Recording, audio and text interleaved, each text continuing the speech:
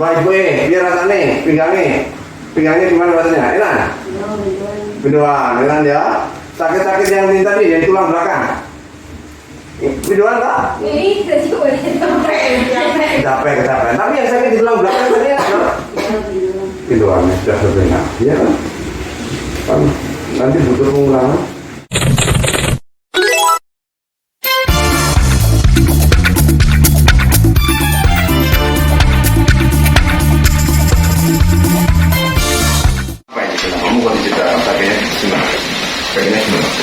Jadi kayak ini lagi, ini kan ahli itu.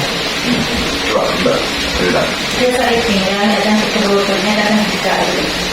Kadang sampai tak bawa ke dokter kandungan. Aku ada bayinya kan. Oke, sakit berapa lama?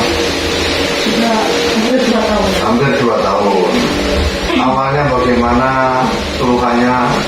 Terus sampai sekarang bagaimana? Keluhannya masih tetap. Sejak awal memang sakit pinggang? Iya. Sakit pinggang saja? Sakit pinggang perut itu. Sakit perut? Enggak, karena sakit perut, perutnya bengkak. Perutnya bengkak. Perutnya bengkak mulai kapan? Sakit pinggang 2 tahun? Iya. Kalau perut bengkak mulai kapan? Ya mulai sakit itu loh. Iya, yang seperti kombinasi hati kan tahunnya nih, tahun. Itu kombinasi kan perutnya dan disuruh USG. Ya, karena bisa punya takutnya hamil. Terus hasilnya? Hasilnya nggak ada apa-apa. USG-nya nggak ada apa-apa? Nggak ada apa-apa. Ya. USG-nya nggak apa-apa. Dan itu dari kelan perut toh? Nggak ada. Ya bisa jadi karena perut. Seperti orang laki-laki kukur perutnya kenapa buncit? Ada apa dia? Nggak ada apa-apa tak? Ya selama dia hasil USG-nya nggak ada apa-apa ya sudah. Kita hanya perutnya buncit saja. Kayak orang laki-laki perutnya besar kayak orang hamil. Ada apa dia? Nggak ada apa. Ya, sekarang ya penumpukan lemak saja. Kalau hasil USG-nya tidak apa-apa tak? Berarti kan nggak ada keluar perut toh? Sebenarnya kan pinggang. Nah, jadi begitu.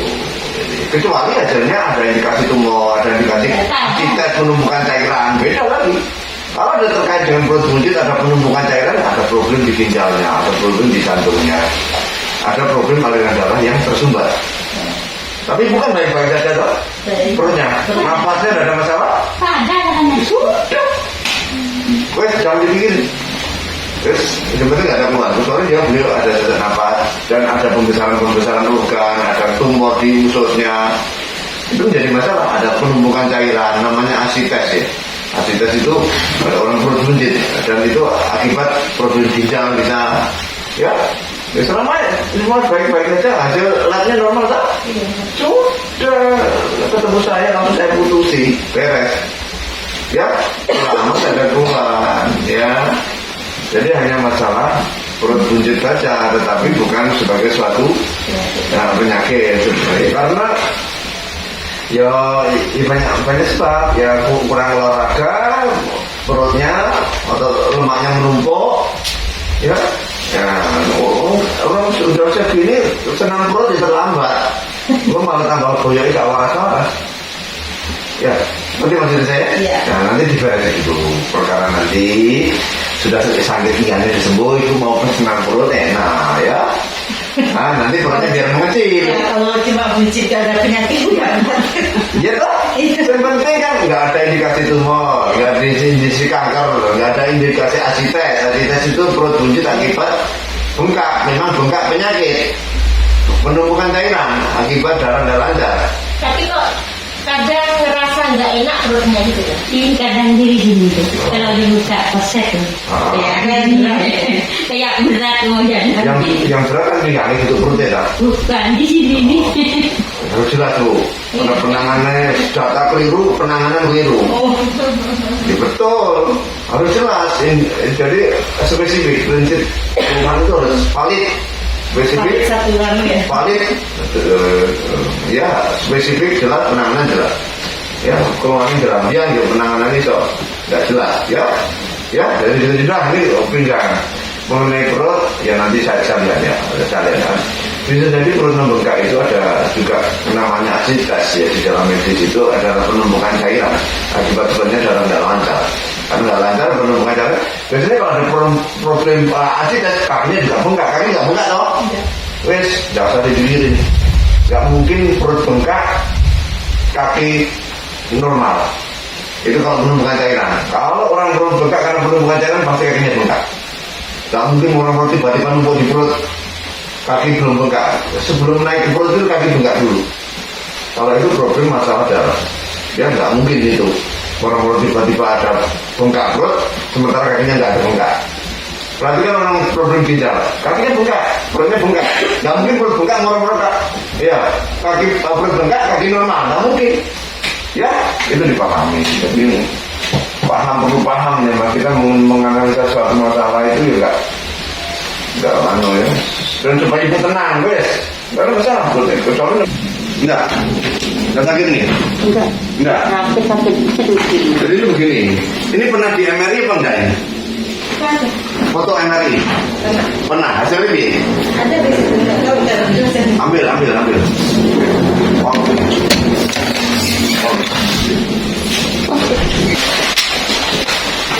Ini kapan ini, Bu?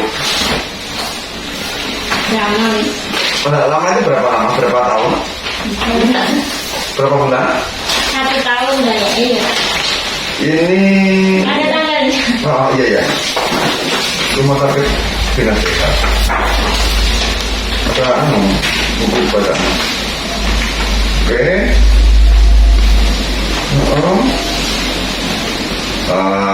Ini saya bilang benar ya, ada masalah di situ. Kesannya ada spondylosis. Spondylosis itu radang pada tulang belakang. Walaupun saya tidak membaca ini, tapi sudah mengira tadi ada masalah di tulang belakang. Spondylosis itu radang pada tulang belakang. Sendi-sendi tulang belakangnya meradang. Radangnya itu kayak luka. Jadi saya nanti seperti mengobati luka. Luka nggak mungkin saya sembuh. Butuh seminggu. Ya, antara 10 harian ya. 10 hari memang berarti 11 hari dan tahun insya Allah sembuh. Butuh waktu ini. Umpama nggak ada masalah di tulang belakangnya cepat. Mungkin sekali terapi sudah cukup. Problem di luka di tulang belakang itu nggak mungkin. Namanya luka langsung sembuh nggak mungkin. Radang itu seperti luka. Mengobati radang seperti mengobati luka. Jadi ada kompresi lumbar 4, 5, ada spondylosis lumbalis. Berarti pada area pinggang ini ada radang sendi tulang belakangnya. Kompresi lumbar 4, 5, grade 1, syarat disitu ini. Penyempitan foramen intervertebralis lumbar 4, 5 sampai sakram 1 kanan kiri suspek HMP ya. Suspek ini tetapi ini bukan MRI. Iya, dari tadi. Oh, ini dari kandungan. Ya, sampai diperiksakan kandungan dari bapak. Ya, takut ada penyakit di dalam perut. Kalau periksa ke saya, insya Allah tidak uang akhirat arahkan ke kandungan. Karena sebenarnya, yang namanya ini namanya pemeriksaan penunjang. Kenapa pemeriksaan penunjang? Data penunjang, data utama dari mana? Keluhan pasien. Hasil pemeriksaan fisik itu data utama. Kalau dari utama itu sudah kuat, sebenarnya data penunjang itu sebenarnya pelengkap saja. Umpama nggak ada ini pun sebenarnya ya pengobatannya bisa saja. Ini namanya pemeriksaan penunjang. Ya sudah ada hasilnya ya, sudah ya, semua sudah ketahuan.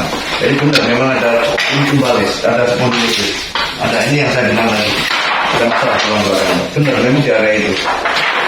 Ya sudah itu berarti ya, sudah. Ya.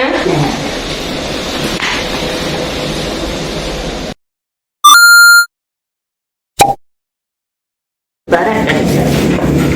Soalnya ini pernah nanya ke saya. Tapi kan?